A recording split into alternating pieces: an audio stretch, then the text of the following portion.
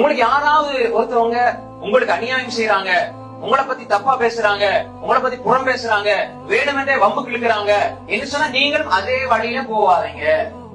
அதே வழியில நீங்க போவாதீங்க.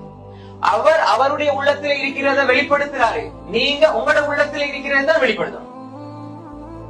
என்ன உங்களோட உள்ளத்துல நிறைஞ்சிருக்குது, அன்பு நிறைஞ்சிருக்குது, பாசம் நிறைஞ்சிருக்குது, நேசம் நிறைஞ்சிருக்குது, நீதி நிறைஞ்சிருக்குது, நியாயம் நிறைஞ்சிருக்குதுன்னு சொன்னா நீங்க அதைத்தான் வெளிப்படுத்தணும். அப்ப அல்லாஹ் சொல்றான், இது உங்களுக்கு ஏதாவது யாராவது அநியாயம் அக்கிரமம் செஞ்சா நீங்க மிக அழகியதை கொண்டு அதை தடுங்கள். மிக அழகியதை கொண்டு அதை தடுங்க. ஒருவர் திட்டாரு, அல்லாஹ் உங்களுக்கு அருள் செய்யட்டும், என்னை பத்தி நீங்க புரியாம இருக்கிறீங்க, அல்லாஹ் உங்களுக்கு தெளிவான விளக்க தரட்டும், அல்லாஹ் உங்களுக்கு பரக்கத் செய்யணும், துஆ செஞ்சு போங்க. இந்த விஷயம் தான் உங்களோட உறவை எப்படி மாற்றப்போம் தெரியுமா? உறவை எப்படி பலப்படுத்தும் தெரியுமா? நண்பனா இருந்தவன நண்பனா மாத்துறது அல்ல. எப்படி அப்படி நீங்க தீயதை நல்லதை கொண்டு தடுத்தால்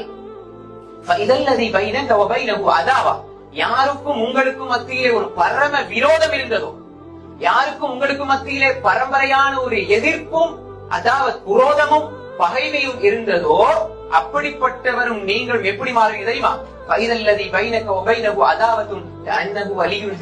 உற்ற நேசர்களாக மாறிவிடுவீர்கள்.